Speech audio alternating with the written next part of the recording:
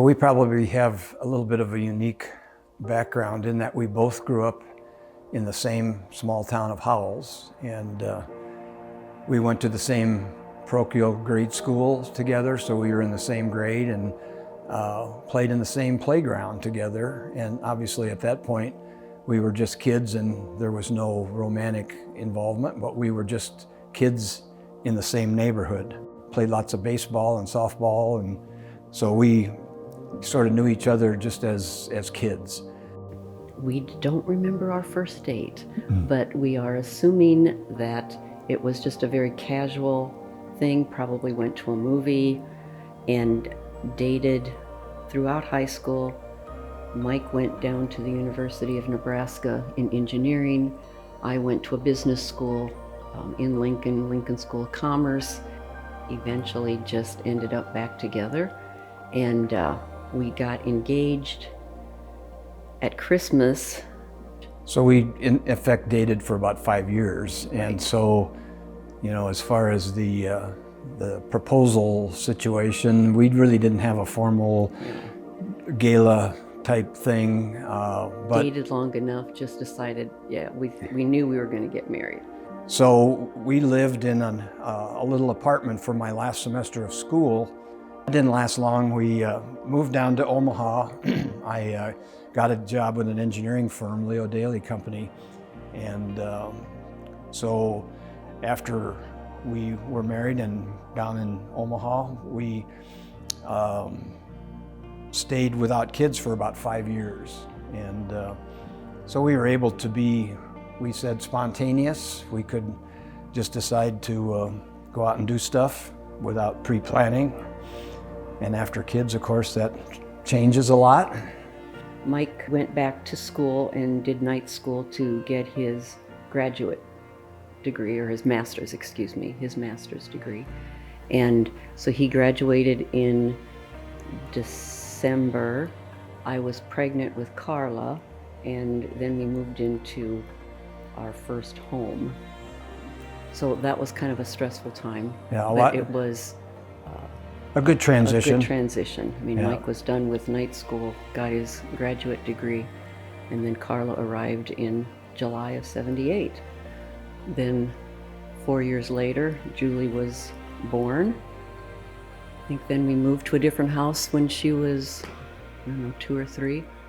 And at that point, I had been working for Leo Daly for about 10 years and decided to go on my own with a partner. So that was a big transition too, that the two of us just started this small engineering firm, and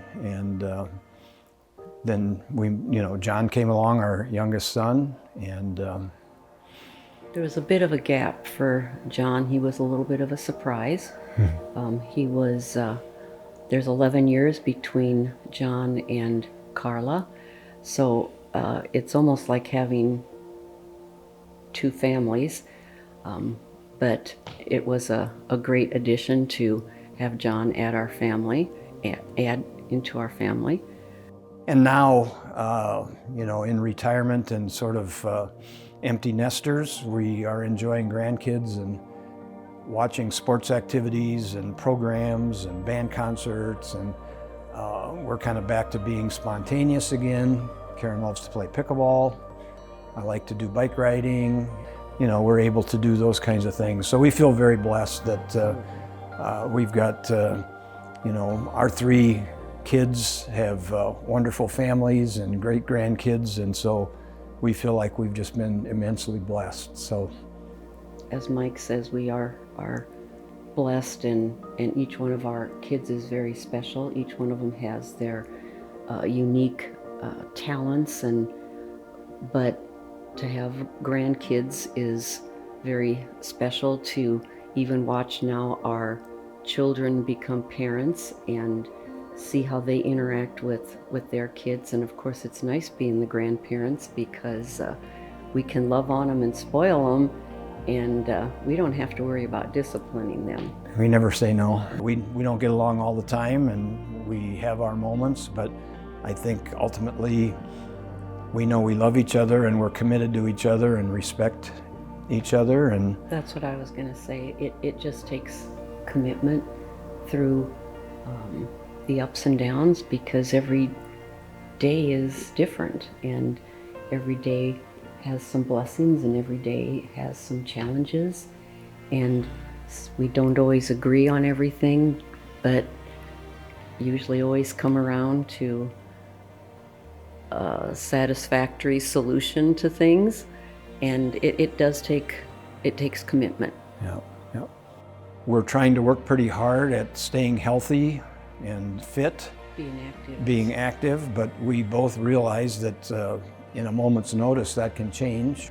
So really the next 20 years is really in God's hands, but we look forward to seeing our grandkids, become successful. They're all really sharp kids. They all have their individual talents, some athletic, some music, but they all have their talents, and so we look forward to what they can achieve, and I think they can achieve great things. And so being able to be a part of that, and we're striving to maintain that connection and try to stay a part of that. So look forward to next year. We get to watch Graham graduate from high school, so we're looking forward to graduations, and then if it's to be, if they get married, to partake in weddings, and just to see what each of these grandkids with their special talents, what they do with their life. And as Mike said, we are doing our best to stay involved in their lives and to be as much a part of their lives as possible. The last 50 years have been a tremendous blessing, just to have Karen by my side those 50 years, and to have her love and support. And the other blessing, of course, is our kids and what they have achieved and will achieve, and our grandkids. And so just want to say how blessed we feel that we can be a part of their lives, and that if nothing else, our legacy will be them, not us. So. And want to see how they now carry on the legacy. We've been given a great legacy by our parents, and we can see that they're going to continue that, and hope that it just continues in a solid, blessed way. Yep. It's been a great 50 years. I couldn't have asked for a better husband. He has supported me. I think that's been one of the things. We've supported each other. Yep. And he's been a blessing to me. I married up.